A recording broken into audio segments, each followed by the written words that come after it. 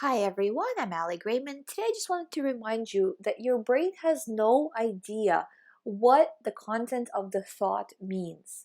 It's just sending you that thought because at some point you started to react to it. So out of 50,000 thoughts a day, and that's the number apparently on average, some people less, some people more, probably OCD people way more, but that's how many thoughts a person gets per day. Any person, I'm not talking person with OCD, but any person, around 50,000 thoughts per day. So person with OCD, then we can safely assume probably double that, just because every other thought is an OCD thought, right? So based on that, you have to understand that the brain doesn't, that part of the brain that sends you fear, that sends you anxiety, it doesn't understand what the content is. It's just sending it to you because you've reacted to a very similar set of signals. So just like the computer interprets the image for you, but it's really just ones and zeros, it's just code. That's the same kind of the way the brain interprets information, where it's just a signal and it knows that this signal gets to you, this signal triggers you. So that's why it's sending you that signal over and over again under a different disguise, but it's really still the same exact thing, you know, or say a few sets of signals for a few different themes that you have, right? So look at it that this is just an error of the brain. Even the brain doesn't know what the thought is.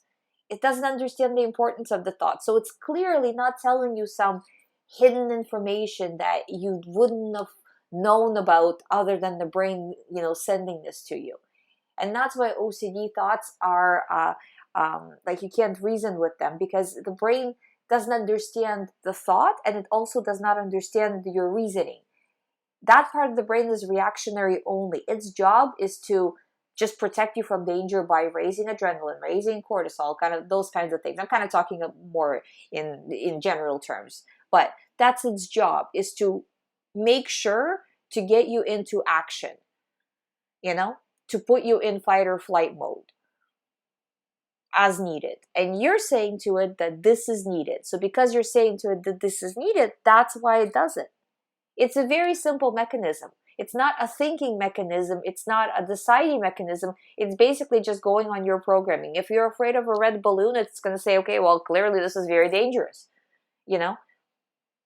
And that's why OCD thoughts can be so outrageous in their content, you know? Because the brain doesn't know, so it doesn't know a logical thought from a non-logical thought. And for this is the same reason why if you are stressed out in real everyday life, it can go back to an OCD thought. So it can spike OCD because the brain's like, oh, you're stressed? Don't worry, I'll bring you all kinds of stress on all the topics that you're ever been worried about.